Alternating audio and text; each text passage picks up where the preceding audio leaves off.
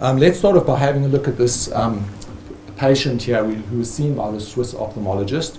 It's a female. She's essentially 60 years of age, and she suffered a stroke involving the left part of her brain. And this has kind of left her with a situation where she sees color on the left side of her vision, and essentially on the right side of her vision, she's got sort of only shades of gray and white and black. And so this was kind of published by this ophthalmologist in 1988. And he kind of figured out that essentially there had to be a part of the brain where color was processed, and that there was this kind of functional specialization within the brain, and this would apply to other cortical sort of functions. And this patient here will give you some hint as to the kind of quite amazing nature of vision and of the brain behind it. If we know today, of course, that the area that was involved here was area V4, which is kind of involved with color, but there's a whole lot of other areas in the brain which are also kind of involved with form and motion and so forth. And so although vision seems to us to be a unitary type of process, in many ways it's much more complex, and there's lots of different parts of the brain that work together in order to create what seems to us this unitary type of function or process. If you're not convinced about how amazing vision is, let's have a look at this thing. This is a simple visual illusion. The lines, of course, are parallel. But what's more amazing is that if you look at it, you'll see that it seems to change or vary. And even if you keep your eyes still, you'll still notice, it's a little harder to see, but you'll still notice that there seems to be this kind of variation in a sense of apparent motion. And when you start to tease out why this is happening, you've got to keep in mind that there are two eyes. Each eye receives a different image, and some parts of the image are in focus and some parts are out of focus, and there's a whole metabolic process going on in your retina with different cells reacting and some changing as fatigue and so on as the process is going by. So that's really what I want to talk about this evening. The eye, some of its wonders and imperfections, and also a little bit about some of the work that I've been busy with over the last sort of 20 years or so. One of the imperfections that we're all very aware of course, is blur. And if you look at the stereo painting in the background there, of course, you'll see it's blurred. But if I kind of focus it for you, those of you who are familiar with stereo pairs know what to do, and the rest of you need to just put your finger out in front of you, look at your finger, and you should have some kind of three-dimensional picture here. And what you should see if you fuse it is that there's a kind of pyramid. You're looking at the pyramid from above, and there's sort of black and white stripes with circles and triangles. And so this was a stereo painting that I did when I met Bill in the sort of early 1990s, and when he was using stereo pairs for other purposes. And so I got all excited and decided, well, I better go and paint some stereo pairs. If you want to see some good ones, then you need to look at Salvador Dali, and they're very representational, whereas this is geometric. I have tried my hand at representational ones. They're not as easy. But this will give you some hint of some of the broader wonders of vision, such as our sense of color, our ability to sense color, depth, perception, and I'm not even going to get to talk about most of those. We're going to talk about the simpler things, the structure of the eye and some of those issues. Stereo pairs, of course, have been around since about the 1830s, and they were invented by Wheatstone, who was an English scientist, and he kind of developed a simple stereoscope where you have two mirrors, and he did a stereo drawing in place on this side, he did another on that side, and when you look into the mirrors, you see something which looks three-dimensional. And that's kind of where stereograms and stereoscopes and these stereo pairs originated from. Before we can really get into a discussion of what's involved with stereo pairs and what Bill was doing with them, we need to understand a little bit about refractive error and the imperfections of the eye. And we're not going to get into the maths in any huge detail, but essentially we use three numbers, such as you see there. And those are the numbers that we use to specify whether a person is short-sighted or long-sighted or has astigmatism and so forth. And so when you look at this here, we kind of represent these things with the symbol FS or FC and A, or simply capital S, capital C and A. And Bill kind of found this was a rather odd thing that optometry was doing, and although it worked quite well to design lenses like this to get rid of those imperfections, it wasn't very useful for much else. And so, but after thinking about it for a while, he decided, well, with some mathematical equations, that it was, fairly straightforward equations here, or maybe not so much, but essentially that one could transform it into another set of numbers that we see here. And it looks as if we've started with 3 numbers and now we wind up with 4. But in most of the instances where we'll be talking about, these two off-diagonal numbers are the same. So we started with 3 numbers representing the refractive state. We've a sphere, cylinder, and axis, and we've simply changed them into something a little different. But there's a huge difference because one can do scientific things with this, which you can't really with this. And a lot of the theory and details are in papers like this and a lot of other papers that Bill wrote over the years. And we can also do some more sort of maths on these things and get these 3 coefficients here, and they can be useful for graphical and other purposes. All right, so this led to some work that I got involved with stereo pairs. And again, you need to look in front of the screen and you should see the middle one. You'll see 3 of these things at the top here.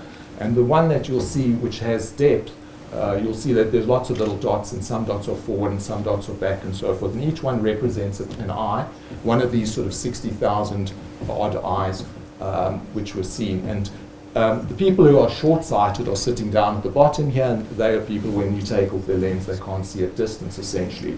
And at the top here, you've got people who are long-sighted, who may or may not see well depending on their age and other issues. And right in the center there, where the 3 axes meet, that's where we find the emmetropes. People who have very good vision, excluding other causes like disease and so forth, but essentially would not need a lens in order to see clearly. You'll also notice that points can be located away from this axis that is buried under all these points here, and those are the eyes with astigmatism, where the different meridians of the eye have different power essentially, and the image is distorted as a result of all of that. One of the things that you can get out of doing this kind of transformation is that you get a meaningful average here. And although we can treat the sphere and the cylinder and the axis and plot it like this, essentially this gives us an average which isn't really very meaningful and which Bill called an naive mean. And the distribution as well isn't a very sensible representation of what's actually going on. At the same time, we don't have to necessarily use stereo pairs, but they have the advantage in that we can see where points are located with respect to one another. Whereas something like this, for example, if we rotate it 90 degrees upwards, it'll look a lot like this, but it's harder to see which points are forward and which points are back and what they really mean. And that's where the stereo pair becomes very useful in terms of analysis and representation. We can also get measurements of dispersion, which we see here, and these are very basic sort of statistics which we have to understand if we're looking at samples and trying to make sense of what might be happening. And this kind of representation and study of distributions is important because lots of people simply don't have lenses, and it's estimated that it costs many billions of dollars every year in lost productivity and various other interference with learning and all sorts of other processes. So one has to understand these sorts of distributions. And this is sort of the work that I was, not quite this distribution, but looking at distributions of refractive state and studying it for my master's. Then I went on to look at other things like surfaces of constant visual acuity for my doctorate, but unless you want to spend a couple of more hours, I think we'll leave that and move on to something simpler. So I kind of was interested in color, and can one find a more satisfactory way to represent color and to analyze color? And one of the things that I realized is that you could also represent color with 3 numbers. And any point on an image like this has a red component or long wavelength component, a green or medium, and a blue or short wavelength component. And so again, if you look in front of the screen, you should be able to see that there's a kind of color cube here, and any color can be represented somewhere within that color cube. So a picture like this can be represented here. I'm not sure it's an improvement, but there it is. It allows us to start studying things like color behavior. And so if we present to someone on a computer screen something like this, where there's 2 objects here, one is going to stay constant and the other one we're going to vary. And we want to know from the person, when do they just notice that there's a difference in the one color in comparison to the other. And these are the just noticeable differences that we'll see here. And there's a whole cluster of them over there where we repeated this process on this one person. And essentially you can see that for a color like red, you can't vary the color very much before they notice that there is a difference. Whereas for other colors, like for example green and for blue, there's a much wider, looser distribution of points, and they're not as sensitive to change in the colors. And that has to do with the nature of the receptors in your retina and various other factors. There's lots more red receptors and very few blue receptors and so forth.